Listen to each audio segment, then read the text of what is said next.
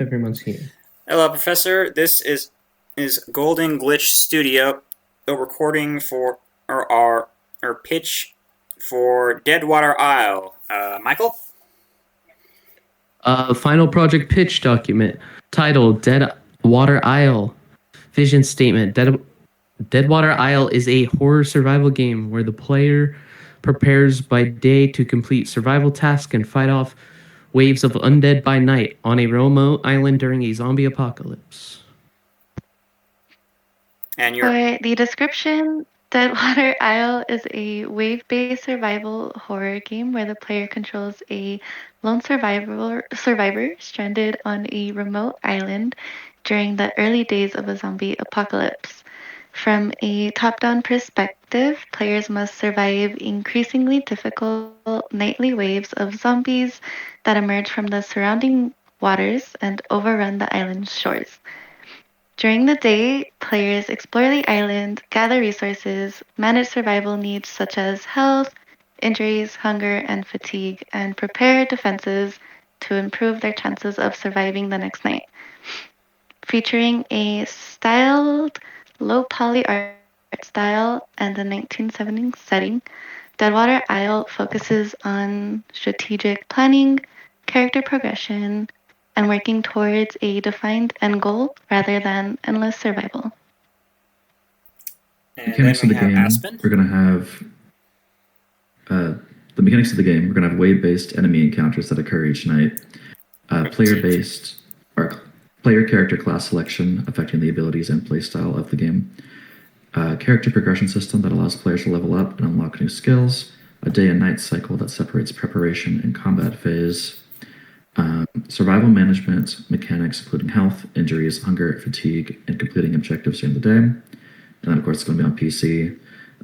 The genre is a horror survival RPG, and we're going to be using Unreal Engine for the prototyping, and then likely moving to Unity. All right, and this is Clayton, and also my immediate task will be in production would be to plug in audio and make the player UI. Our comparable products start with Last Day on Earth Survival. We're thinking its art style is something we want to implement. The minimap used in the UI of that game is something we could use. What we want to avoid in that is the overload UI that a mobile game like that would have, where if we are most likely aiming for something more concise in its controls and display.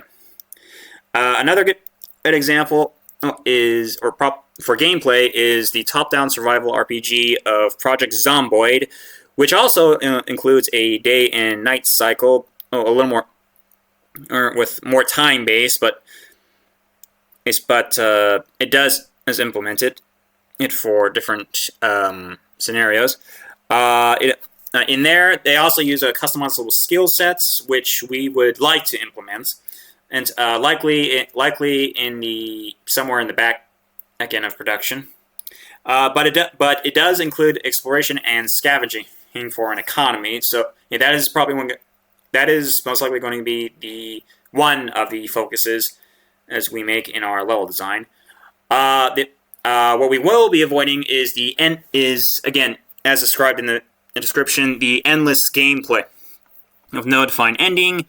In our game, will feature a clear angle with credits at the end of it.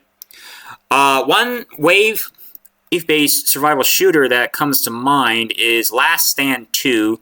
The simple and readable blood effects from enemies. I remember in my childhood sawing zombies with a chainsaw. That was something like that. That would probably be useful. The only downside of that example is that it's an old 2D Flash game. It's also set. The combat system has you sitting behind a barrack. Now we may barricade. Sorry, we may implement something different, and we will discuss that possibly in the next 2 weeks, I assume. And Finally, we have Dead Ops Arcade, a top-down wave shooter.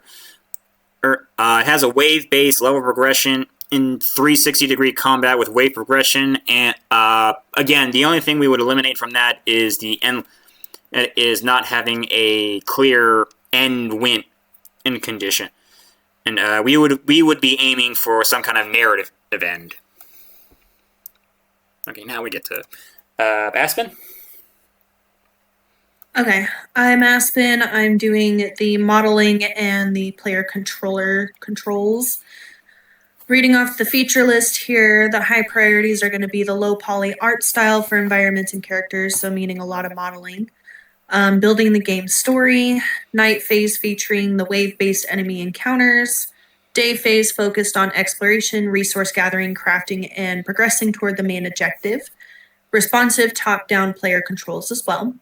Mid-priority are going to be UI system for menus, including day phase decision feedback, integration of the full day-night gameplay loop, player character class selection at the start of a playthrough, survival systems including hunger, sleep, and injury management.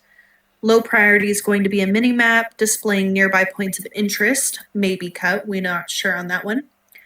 Mid-game character leveling and progression system. Audio implementation, co-op mode allowing multiple players to survive together. And that is our pitch for Deadwater Isle. Thank you, Professor. We will see you next week.